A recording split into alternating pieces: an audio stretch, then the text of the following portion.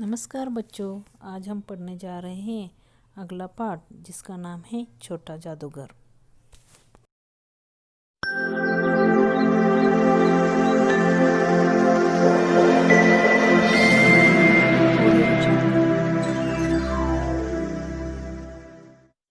Hello friends, मेरे channel एलएफडी Hindi tutorial में आपका स्वागत है। आज का हमारा टॉपिक है कक्षा 9 की प्रबोधिनी पुस्तक का पाठ 3 छोटा जादूगर। और इस पाठ के कहानीकार हैं जयशंकर प्रसाद। तो आइए सबसे पहले हम पढ़ते हैं जयशंकर प्रसाद की जीवनी। फ्रेंड्स, आपने मेरा चैनल अभी तक सब्सक्राइब नहीं किया है तो प्लीज सब्सक्राइब कर लीजिए ताकि मेरे आने वाले वीडियो का लाभ सबसे पहले आपको मिल सके। जयशंकर प्रसाद की जीवनी में सबसे पहले हम पढ़ेंगे उनका जन्म। जयशंकर प्रसाद का जन्म सन 1889 ईस्वी में काशी के सुंगनी साहू परिवार में हुआ था। सूर्यकांत त्रिपाठी निराला, सुमित्रा नंदन पंत और महादेवी वर्मा के बाद छायावाद के जयशंकर प्रसाद चौथे कवि माने गए हैं। आइए अब हम पढ़ते हैं उनकी रचनाएं यानी उनकी कृतियां। कृतियों में सबसे पहले हम पढ़ेंगे उनका काव्य यानी उनकी कविताएं। कानन कुसुम, महाराणा का महत्व, झरना, आंसू, लहर, कामायनी, ये उनकी कविताएं हैं। इसके बाद हम पढ़ेंगे उनके नाटक स्कंदगुप्त, चंद्रगुप्त, ध्रुव स्वामिनी, जन्मे जय का नाग यज्ञ, राजश्री। इसके बाद जयशंकर प्रसाद की कहानियां इस प्रकार से हैं: छाया, प्रतिध्वनि, आकाशदीप, आंधी, इंद्रजाल। उन्होंने कुछ उपन्यास भी लिखे हैं जिनके नाम इस प्रकार से हैं: कंकाल, तितली, इरावती। इरावती इनका अपूर्ण उपन्यास माना जाता है, ये पूर्ण नहीं हो पाया था। जयशंकर प्रसाद का निधन सन 1937 ईस्वी में हुआ। इसके बाद आती हैं साहित्यिक विशेषताएं। प्रसाद जी के साहित्य में प्रकृति के सचेतन रूप के साथ साथ मानव के लौकिक व पारलौकिक जीवन की जैसी विविधतापूर्ण झांकी प्रस्तुत की गई है, वैसी आधुनिक युग के अन्य किसी कवि में देखने को नहीं मिलती। कहानी और उपन्यासों के माध्यम से मानवीय करुणा के अनेक पक्षों का उन्होंने चित्रण किया है। आइए अब हम पढ़ते हैं इस कहानी का कहानी परिचय। प्रस्तुत कहानी का मुख्य पात्र एक छोटा लड़का है जो अपनी असहाय अवस्था में आजीविका के लिए जादू के करतब दिखाता है तथा लेखक के सामने भी अपनी कला का प्रदर्शन करता है। बाल सुलभ करुणा के साथ दायित्व बोध इस बालक के माध्यम से प्रसाद ने कहानी में जीवंत किया है। छोटा जादूगर के नाम से संबोधित करने को कहना उस लड़के की अपनी कर्म के प्रति दृढ़ता और निष्ठा का परिचायक है। आइए अब हम पढ़ते हैं जयशंकर प्रसाद की छोटा जादूगर कहानी। कार्निवाल के मैदान में बिजली जगमगा रही थी। यहाँ पर कार्निवाल का अर्थ है खेल तमाशे एवं मनोरंजन का स्थान। मैं खड़ा था फुआरे के पास जहाँ एक लड़का चुपचाप शरबत पीने वालों को देख रहा था। उसके गले में फटे कुर्ते के ऊपर से एक मोटी सी सूत की रस्सी पड़ी थी और जेब में कुछ ताश के पत्ते थे। उसके मुंह पर गंभीर विषाद के साथ धैर्य की रेखाएं थीं। विषाद का मतलब होता है दुख। मैं उसकी ओर न जाने क्यों आकर्षित हुआ। मैंने पूछा, क्यों जी, तुमने इसमें क्या देखा? मैंने सब देखा। यहाँ चूड़ी फेंकते हैं, खिलौनों पर निशाना लगाते हैं, तीर से नंबर छेदते हैं। मुझे तो खिलौने पर निशाना लगाना अच्छा मालूम हुआ। जादूगर तो बिल्कुल निकम्मा है, उससे अच्छा तो ताश का खेल मैं ही दिखा सकता हूँ। उसने बड़ी प्रगल्भता से कहा। यहाँ प्रगल्भता का मतलब है गंभीरता। मैंने पूछा, और उस पर्दे में क्या है? वहां तुम क्यों गए थे? नहीं, वहां मैं नहीं जा सकता, टिकट लगता है। मैंने कहा, तो चलो मैं वहां पर तुमको ले चलूं। उसने कहा, वहां जाकर क्या कीजिएगा? चलिए निशाना लगाया जाए। मैंने उससे सहमत होकर कहा, तो फिर चलो पहले शरबत पी लिया जाए। हम दोनों शरबत पीकर निशाना लगाने चले। राह में ही उससे पूछा, तुम्हारे और कौन है? माँ और बाबूजी। उन्होंने तुमको यहाँ आने के लिए मना नहीं किया? बाबूजी जेल में है। क्यों? देश के लिए, वह गर्व से बोला। और तुम्हारी माँ वह बीमार है और तुम तमाशा देख रहे हो। उसके मुंह पर तिरस्कार की हंसी फूट पड़ी। तिरस्कार का मतलब है अपमान। उसने कहा, तमाशा देखने नहीं दिखाने आया हूँ। कुछ पैसे ले जाऊंगा तो माँ को पथ्य दूंगा। पथ्य का मतलब है बीमार व्यक्ति का भोजन।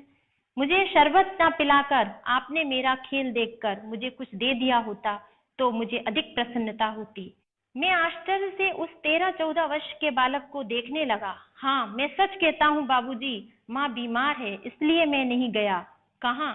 जेल में। जब कुछ लोग खेल तमाशे देखते ही हैं तो मैं क्यों न दिखाकर माँ की दवा करूं और अपना पेट भरूं। मैंने उससे पूछा, अच्छा चलो निशाना लगाया जाए। हम दोनों उस जगह पर पहुंचे जहां खिलौने को गेंद से गिराया जाता था। मैंने 12 टिकट खरीदकर उस लड़के को दे दिए। वह निकला पक्का निशानेबाज। उसकी कोई गेंद खाली नहीं गई। देखने वाले दंग रह गए। उसने 12 खिलौनों को बटोर लिया, लेकिन उठाता कैसे? कुछ मेरे रुमाल में बांधे, कुछ जेब में रख लिए। कलकत्ता के सुरम में बॉटनिकल उद्यान में लाल कमलनी से भरी हुई एक छोटी झील के किनारे घने वृक्षों की छाया में अपनी मंडली के साथ बैठा हुआ मैं जलपान कर रहा था। यहाँ पर सुरम्य का मतलब सुंदर है और कमलनी का मतलब छोटे कमल है। इतने में वह छोटा जादूगर दिखाई पड़ा। मस्तानी चाल से झूमता हुआ आकर कहने लगा, या मस्तानी का मतलब है मतवाली। बाबूजी नमस्ते, आज कहिए तो खेल दिखाऊं? नहीं जी, अभी हम लोग जलपान कर रहे हैं। फिर इसके बाद क्या? गाना बजाना होगा बाबूजी? नहीं जी, तुमको। मैं क्रोध में कुछ और कहने जा रहा था। श्रीमती ने कहा, दिखलाओ जी, तुम तो अच्छे आए, भला कुछ मन तो बहले। मैं चुप हो गया, क्योंकि श्रीमती जी की वाणी में माँ की सी वह मिठास थी जिसके सामने किसी भी लड़के को रोका नहीं जा सकता। उसने खेल आरंभ किया। उस दिन कार्निवाल के सब खिलौने उसके खेल में अपना अभिनय करने लगे। बिल्ली रूठने लगी, भालू मनाने लगा, बंदर घुड़कने लगा। या घुड़कने से तात्पर्य है क्रोध से डराने का हाव भाव। गुड़िया का ब्याह हुआ, गुड्डा वर काना निकला। लड़के की वाचलता से ही अभिनय हो रहा था। वाचलता का मतलब है बात करने में कुशल। सब हंसते हंसते लोटपोट हो गए। ताश के पत्ते लाल हो गए, फिर अब काले हो गए। गले की सूत की डोरी टुकड़े टुकड़े होकर जुड़ गई। लट्टू अपने आप नाच रहे थे। मैंने कहा, अब हो चुका अपना खेल, बटोर लो, अब हम लोग भी अब जाएंगे। श्रीमती जी ने धीरे से 1 रुपया दे दिया। वह उछल पड़ा। मैंने कहा, लड़के, छोटा जादूगर कहिए, यह मेरा नाम है, इसी से मेरी जीविका है। जीविका का मतलब होता है भरण पोषण का साधन। मैं कुछ बोलना ही चाहता था कि श्रीमती जी ने कहा, अच्छा तुम इस रुपए से क्या करोगे? पहले भरपेट पकौड़ी खाऊंगा, फिर एक सूती चादर लूंगा। मेरा क्रोध अब लौट आया। मैं अपने पर बहुत क्रुद्ध होकर सोचने लगा। क्रुद्ध का मतलब क्रोधित होने से होता है। ओ, कितना स्वार्थी हूं मैं। उसके 1 रुपया पाने पर मैं ईर्ष्या करने लगा था ना। ईर्ष्या का मतलब होता है जलन का भाव।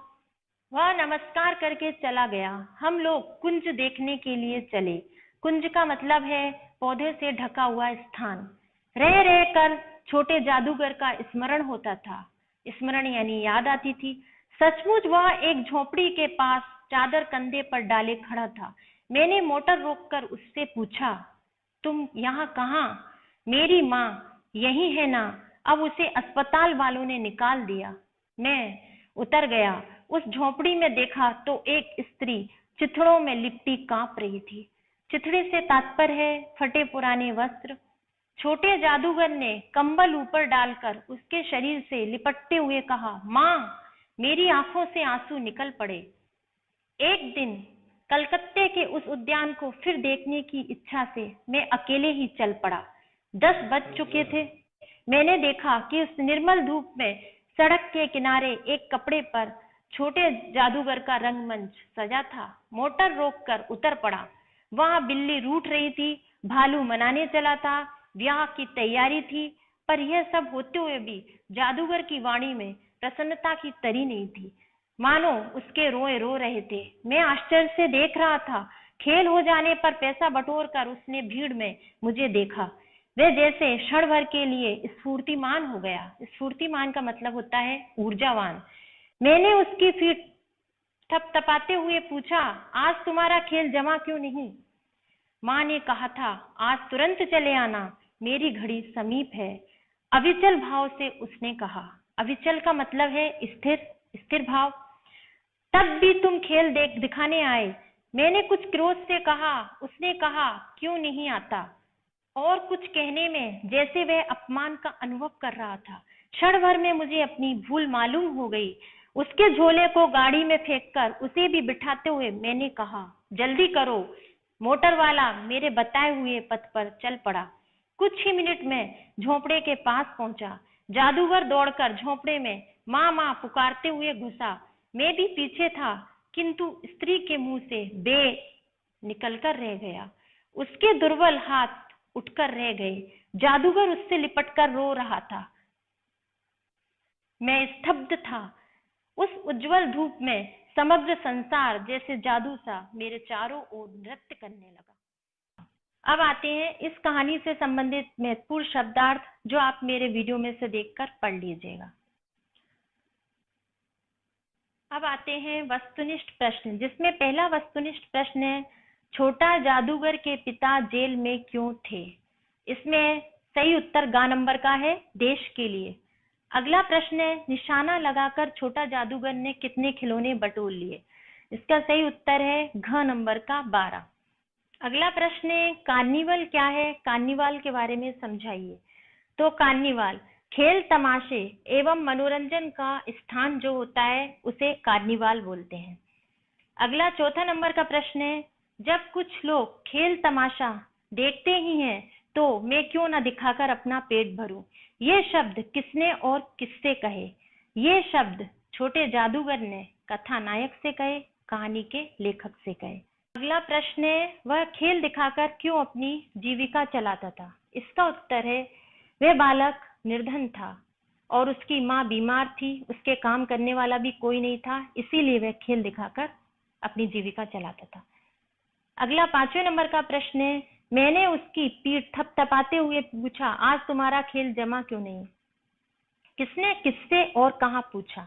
तो ये कथा नायक ने छोटे जादूगर से तब पूछा जब वह अपना खेल दिखा रहा था। अगला प्रश्न है, उसने क्या उत्तर दिया? कथा नायक के पूछने पर छोटे जादूगर ने उत्तर दिया कि माँ ने कहा, आज जल्दी आ जाना क्योंकि मेरी घड़ी समीप है। अगला प्रश्न है, उसके बाद क्या घटना घटित हुई? उसके बाद कथा नायक उस लड़के को गाड़ी में बिठाकर उनकी झोपड़ी में गया और वहां जाकर देखा तो उसकी माँ मर चुकी थी और छोटा जादूगर अपनी माँ से लिपटकर रोने लगा। इसके बाद लघुत्तरात्मक प्रश्नों में 8वें नंबर का प्रश्न है, निम्नलिखित शब्दों का एक एक पर्यायवाची शब्द लिखिए। पहला शब्द है निशाना और इसका पर्यायवाची शब्द है लक्ष्य। दूसरा शब्द है विषाद, इसका पर्यायवाची शब्द दुख। तीसरा शब्द है तिरस्कार और इसका पर्यायवाची शब्द होता है अनादर। अगला शब्द है अभिनय और इसका पर्यायवाची शब्द है कलाकारी। अगला आता है प्रश्न नंबर 9, रेखांकित शब्दों के व्याकरण की दृष्टि से शब्द भेद बताइए।